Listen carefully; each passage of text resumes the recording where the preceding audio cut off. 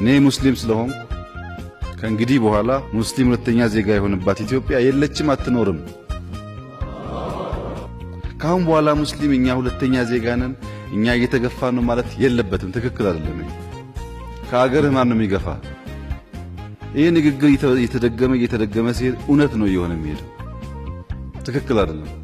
ሀገራችሁ ነው፣ የሚገባችሁ መጠየቅ መብታችሁ ነው። ከሌሎች ወንድሞቻችሁ ጋር በሰላም መኖር መብታችሁ ነው። አሁንም እንደ ድሮ ግን እኛ ሁለተኛ ነን፣ እኛ የተገፋን ነን ለማን ነው እየነገራችሁ ያላችሁት? ይሄ ንግግር እኮ ነው የቆየ እውነት እየሆነ የሚሄደው።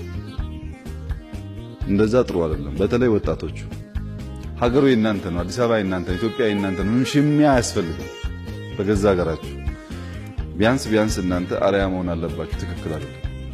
ሁሉ የእናንተ ነው፣ ጠብቁት። የሚያስፈልጋችሁን ተጠቀሙበት፣ የምትሰሩበትን ውሰዱ። የማይሰራበት ነገር ከሆነ ግን ብዙ ፋይዳ የለውም።